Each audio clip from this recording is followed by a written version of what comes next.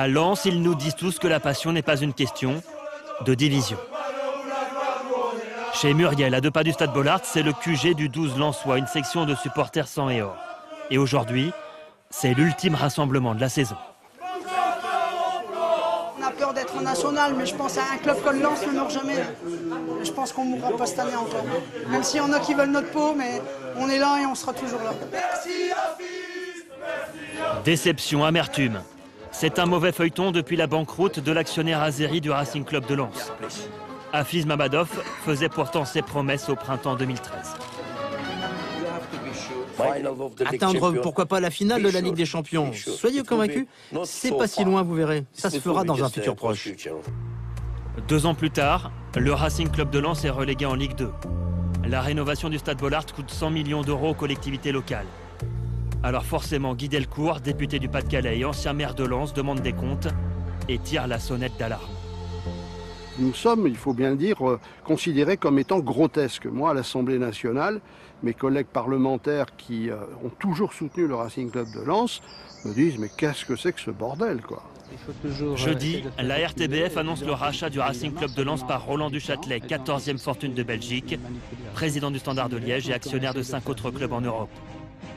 L'information est aussitôt démentie par Gervais Martel. Au même moment, en Azerbaïdjan, les journaux annoncent un mandat d'arrêt sur Hafiz Mamadov pour prêt frauduleux. L'homme d'affaires est même accusé d'avoir pris la fuite en Angleterre. Pour Guy Delcourt, c'en est trop. Ce que je sais sur Mamadov, ce sont des notes de nos services protocolaires. Il y a des soupçons sur justement de blanchiment, de... Je ne peux pas le dire. Là, je peux pas. L'avenir du club est en suspens et pourtant, le soutien est toujours sans faille. Allez, allez,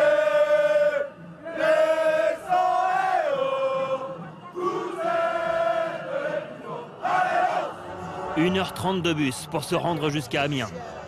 La section Muriel attend une 2e victoire en 2015.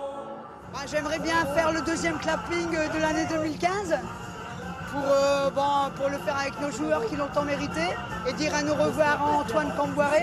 Je pense que ça va être son dernier match.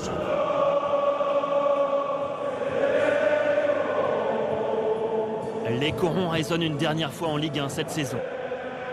Les Lensois terminent le championnat par une victoire 1-0 face à Nantes.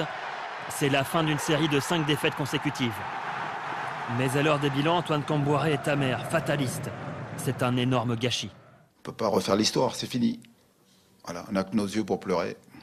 Moi, je crois en plus rien, quoi. Moi, j'attends simplement des actes, hein. Mais pour le club, pas pour moi, parce que moi, c'est secondaire. Après des mois de galère, la saison se termine par un dernier clapping émouvant pour Muriel. Beaucoup d'amertume envers Mamadov et puis peut-être le dirigeant, mais surtout M. Mamadov qui a promis monts et merveilles et qui n'a jamais rien donné. J'ai les boules, quoi. C'est 3 descentes en 8 ans, ça fait mal quand même. Et maintenant, le club passera devant la DNCG la semaine prochaine et les joueurs sont dans l'expectative la plus totale. Vous savez quoi aujourd'hui sur l'avenir du RC Lens? Rien. C'est un club mythique, Lens, ça mérite pas tout ça, mais bon, on va voir, on espère que le président va trouver des solutions et surtout la direction va trouver des solutions pour que ce soit pas pire que la Ligue 2. Antoine Camboiré veut partir loin, oublier cette saison cauchemardesque. Quant à Gervais Martel, il assure avoir trouvé les 15 millions d'euros nécessaires à la survie du club. Verdict dans une semaine.